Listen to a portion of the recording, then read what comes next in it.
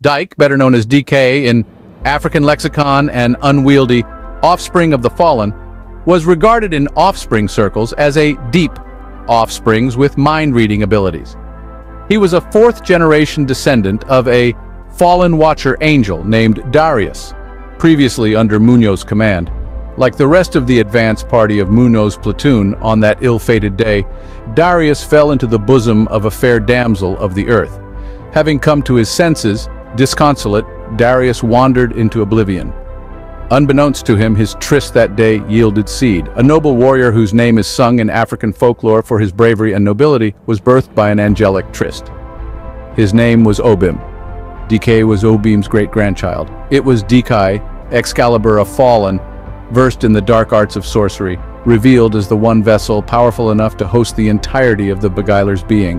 For the beguiler had not instigated fear enough in the hearts of men to inspire worship powerful enough to break him free from the chains of incarceration on the Mount of the Fallen. Hence, he sought to transmigrate into Dike's powerful body to speed up his plans to recreate and dominate the earth. Whilst Muno was having fun dismantling the beguiler's foot soldiers, Dike caught glimpse of a previously unnoticed offspring of the Fallen, a shadow in offspring nomenclature with the ability to walk through walls. She slipped away from the battle and appeared to speak to the winds. With a quick hand movement, she unsheathed a dagger strapped to her arm and drove the glistering blade straight through her heart. Dike had just witnessed a Kildur-an Offspring blood sacrifice done to summon Excalibur, the Fallen, charged with offspring conscription and tutelage. Dike knew instantly that a powerful summons had been issued. He had heard tales that the offspring of the Fallen, his blood relatives, could summon Excalibur. He feared Muno would be no match for the guile and strength of Excalibur, especially in his semi-celestial form. Muno gave chase to what was left of the slain, but was soon stopped dead in his tracks by an aggressive fluster of bats a few yards away from him.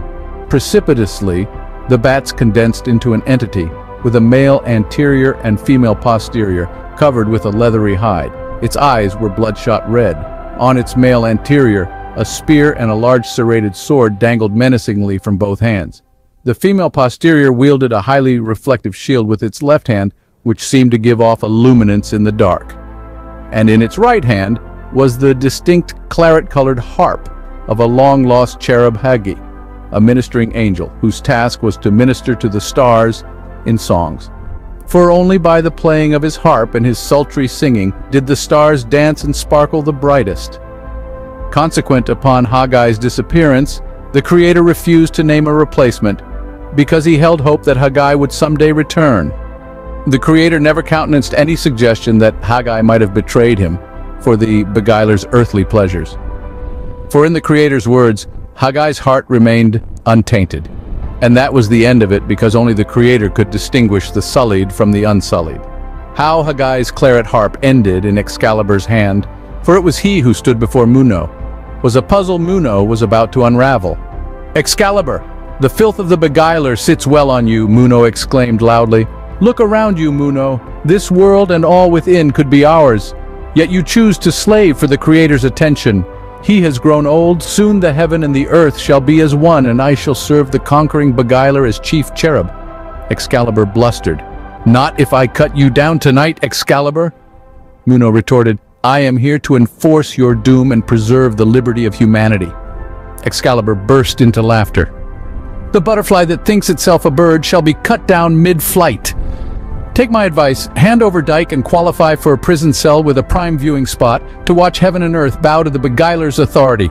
Refuse and suffer a painful death." "Where is Hagai, the cherub of the firmament?" Muno asked.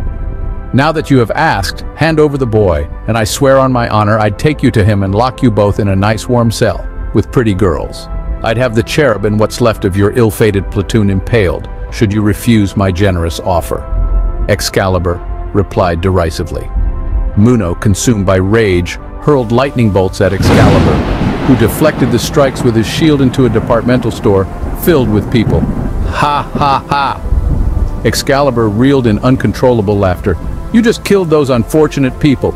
You've got murder on your hands." In a puff of smoke, Excalibur vanished into thin air. with a grim message for Muno. See you soon, Muno. The choice is yours. Give me Dike or Haggai dies in 3 days.